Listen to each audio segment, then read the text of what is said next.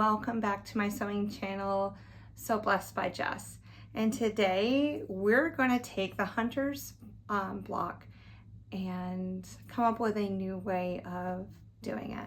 Now this one piece right here in the upper quadrant, that's the block that we are going to be working with today. It's called the Hunter Star block when you put them all together like this. Now, when I created this block, and this is the only block that I created, it was a foundation paper piece block. And it just tore up my heart how much fabric was wasted when I was doing this. When you are doing an FPP project, and you're trimming up and you're making your 1/4 inch seam allowance, it just feels like, to me, because of my frugalness, that a lot of fabric is wasted, and I'm on a budget. I can't just be throwing fabric away. That's how I felt.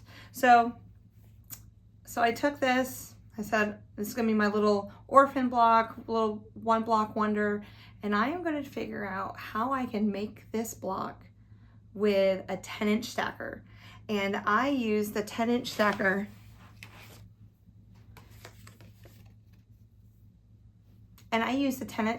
by Moda, and it is Dwell by Camille Ross Kelly. And it's a beautiful fabric line, and it's pictured here. Absolutely loved working with this fabric line. She's one of my favorite Moda fabric designers, and I just really enjoy working with her products. I also went on the Fat Quarter Shop website, and the Fat Quarter website has a free pattern for the Hunter's Star block. But again, when you're creating it, let me go to the first page, and this is all free. You can go to their website, Fat Quarter Shop, click on free patterns, and you can click, and you can actually even just type in Hunter's Star quilt block, and it'll pop up for you. You just download it for free. It tells you all the blocks that you need to make, but again, you cut your fabric, you cut it again, you're cutting off corners, there's going to be scraps from this.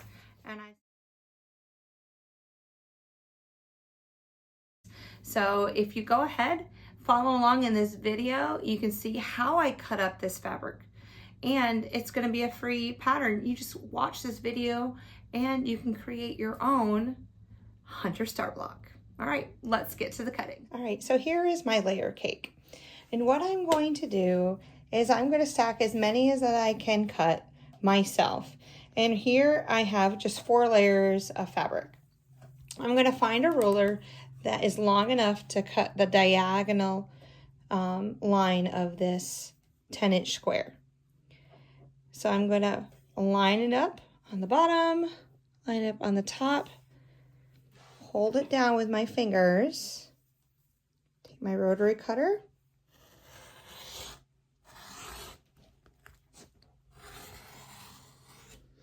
and cut on that line. So now that you see, I have 2 half square triangles. The next thing that I'm going to do is I am going to line up my 2.5 inch on that diagonal,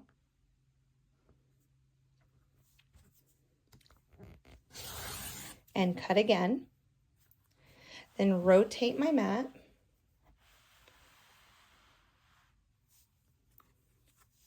and cut on this side also 2.5 inches.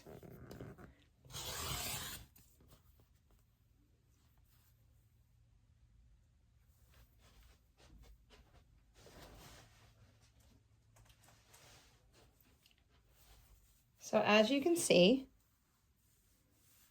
if this was my 10-inch square, we cut it in half, and we've cut these triangles away.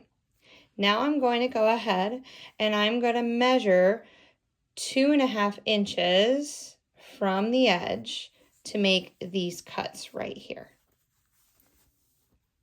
because this is a 10-inch stacker. If I was cutting like an 8 by 8, it'd be 2 inches. If I was cutting a 6 by 6, no, that would be harder.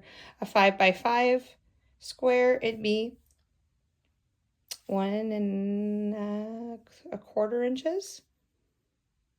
My math is right. All right, so let's get back to this square. 2.5 inches from the edge of my ruler. Make that cut.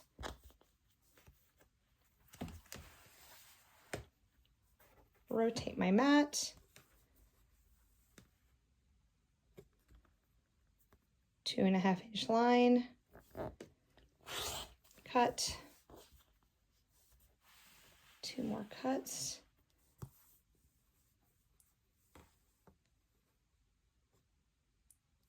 Two 2.5 inch line. And one more fabulous.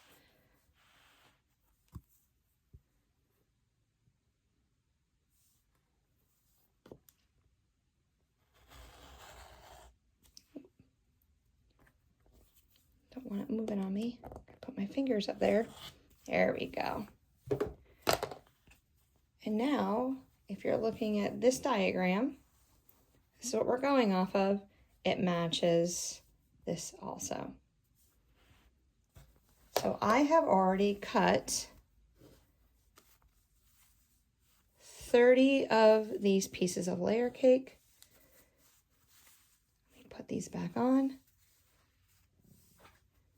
to use.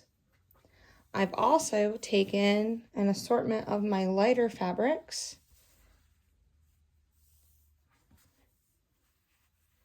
and cut those. And I didn't quite have enough, so I took this beautiful cream that I have from Bella Solids and cut that up too.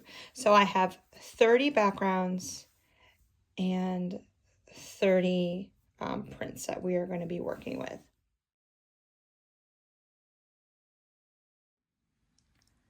All right, so the first block that I'm going to put together is going to be my trapezoids and my diamond block.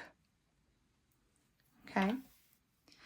Now, when you're putting these together, we really have to be, we just can't line them up, flip them over, and just sew down the line.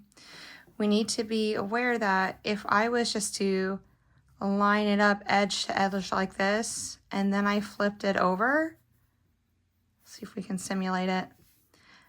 This point and this point are not going to match up. And this is what we're going to end up looking with. Okay. So what we need to do is we need to offset. So they're about 1/4 inch off from either side. Another good measure is making sure that your foot or your needle, I'm going to put it,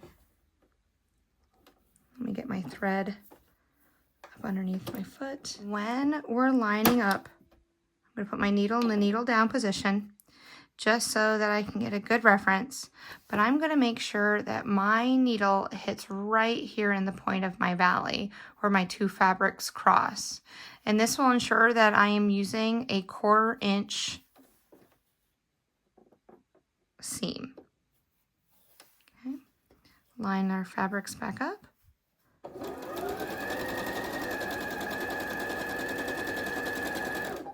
Then also when we finish, it's gonna also hit right where that seam is, right where those fabrics cross again. All right, so this is what we've gotten so far. And when I press it open, I'm just gonna finger press it. Now it's just, it lines right up. I'm gonna take my other fabric, flip it over, making sure that I have a 1/4 inch overlap on both sides. Make sure my needle's in the needle down position so that I can be right there in that valley to begin with. Have a good start.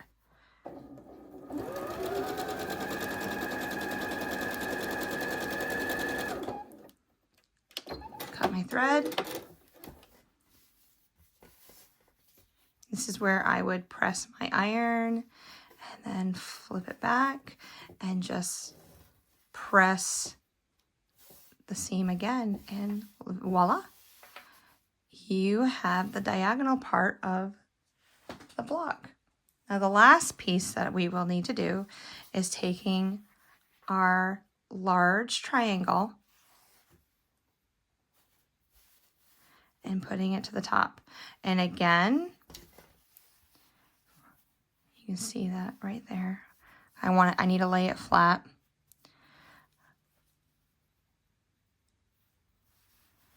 I'm going to make sure it's overlapped the same on both sides.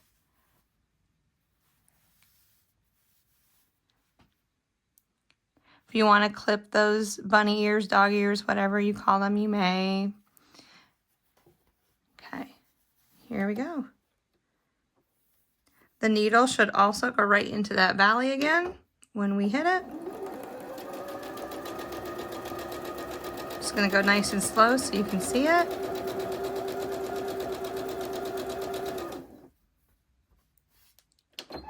Oh, I made a mistake. Look, I didn't keep my fabric lined up. Let's get out that seam ripper.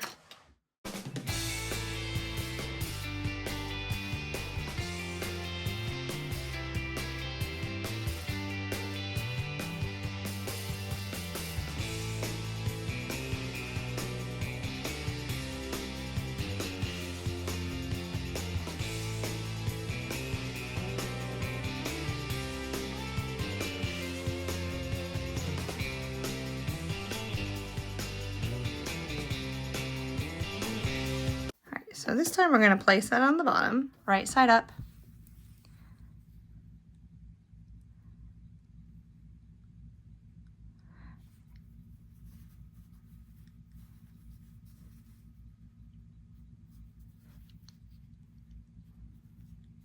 You can see I have about a 1/4 inch seam on both sides. All right, let's go ahead and sew it.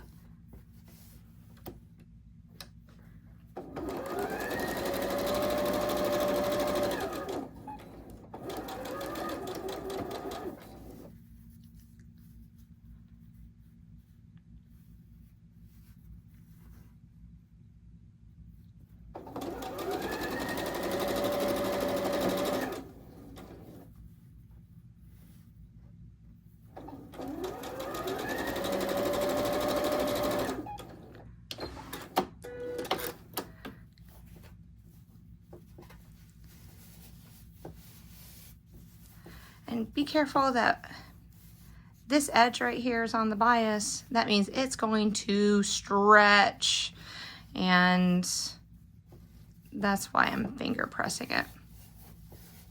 There we go. That is half our block. I'm going to go ahead and make a few more and more halves. Then we're going to put them together and see what we come up with. All right, so we have quite a few made. Here are just a couple examples of the finished blocks.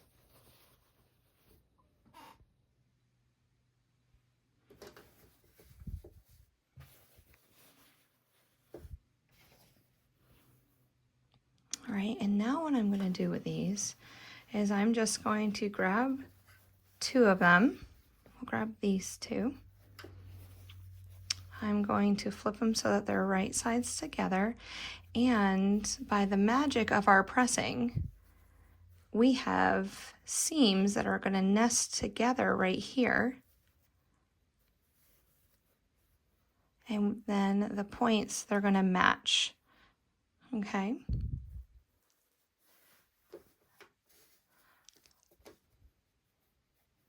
Let's go ahead, seam down so you can see I have an example of one of these.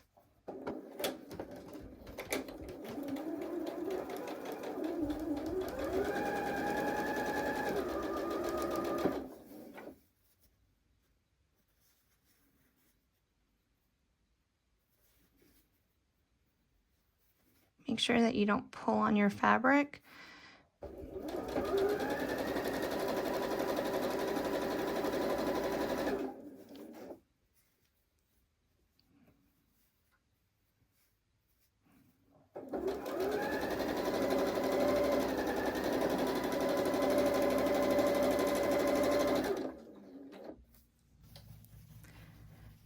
Okay, I'm gonna grab 2 more.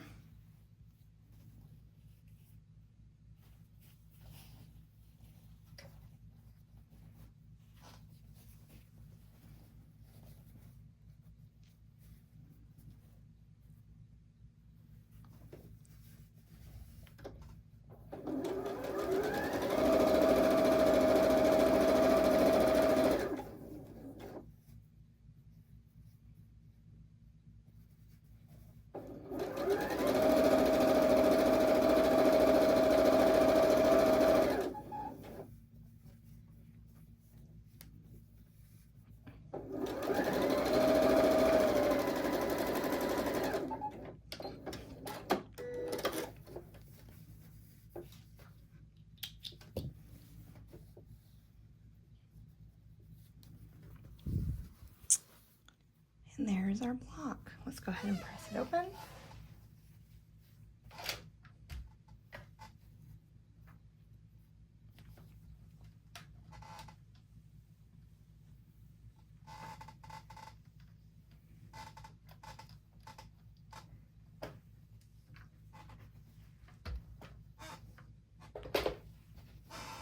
There we go.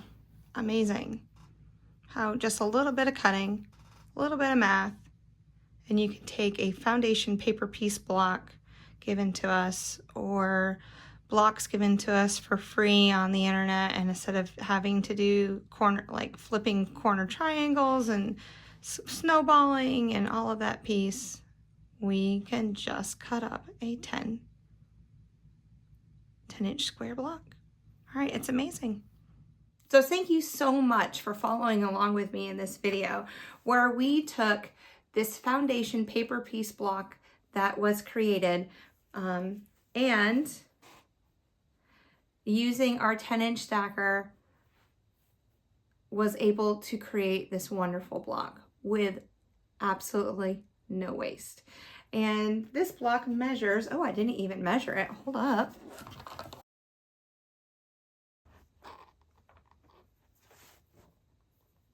Nine inches. So this is a 9-inch finished block. So I'm really looking forward to taking this block, putting it 5 by 6 and maybe even more because I have 60 squares that I'm going to be making, and see what we come up with.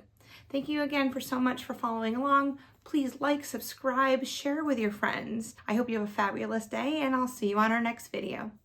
Bye.